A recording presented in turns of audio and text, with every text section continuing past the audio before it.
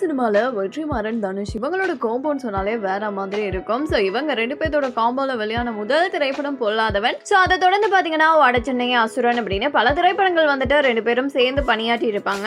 அந்த வகையில பாத்தீங்கன்னா வடசென்னை 2 எப்போ வரும், 2 பேரும் எப்போ மறுபடியும் இணைய போறீங்க அப்படின்னு ரீசெண்ட் டைம்ல வெற்றிமாறன் கிட்ட ஒரு கேள்வி கேட்கப்பட்டப்போ அவர் சொல்லியிருக்கக்கூடிய ஒரு பதில் பாத்தீங்கன்னா இப்போ வைரலா போக்கிட்டு இருக்கு. அது என்ன அப்படின்னா, நான் ஆல்ரெடி தனுஷ் வச்சு 2 திரைப்படம் எடுக்கலாம் இருந்தேன், ஆனா 2மே கைவிடப்பட்டுருச்சு அப்படின்ற அளவுக்கு தான் வெற்றிமாறன் வந்து பேசியிருக்காரு. அதாவது வேங்கை சாமி அப்படின்ற தலைப்புல தனுஷை வச்சு ஒரு படம் வந்து இயக்கி இருந்திருக்காரு. அது வேற ஒருத்தரோட கதை அப்படின்றதால அந்த படம் வந்துட்டு கைவிடப்பட்டுச்சு. அதே மாதிரி நெடுஞ்சாலை அப்படின்ற திரைப்படமும் வெற்றிமாறன் பாத்தீங்கன்னா தனுஷை வச்சுதான் வந்துட்டு நடிக்க இருந்திருக்காங்க. சோ அந்த ஒரு திரைப்படம் தான் நம்ம சித்தார்த்தோட நடிப்புல வந்து வெளியாகி இருந்திருக்கும், NH4 அப்படின்ற தலைப்புல வந்துட்டு. சோ இது வந்து நம்ம தனுஷ் நடிக்கிற திரைப்படம் அப்படின்றதையும் சொல்லியிருக்காங்க. சோ இந்த திரைப்படங்கள்லாம் வந்துட்டு நம்ம தனுஷ் நடிச்சிருந்தா எப்படி இருந்திருக்கும், அந்த கைவிடப்பட்ட திரைப்படம் வந்துட்டு நடிச்சிருந்தா நல்லா இருந்திருக்குமா அப்படின்னு நீங்க நினைக்கிறீங்க? உங்களோட ஒப்பீனியன் கமெண்ட்ஸ்ல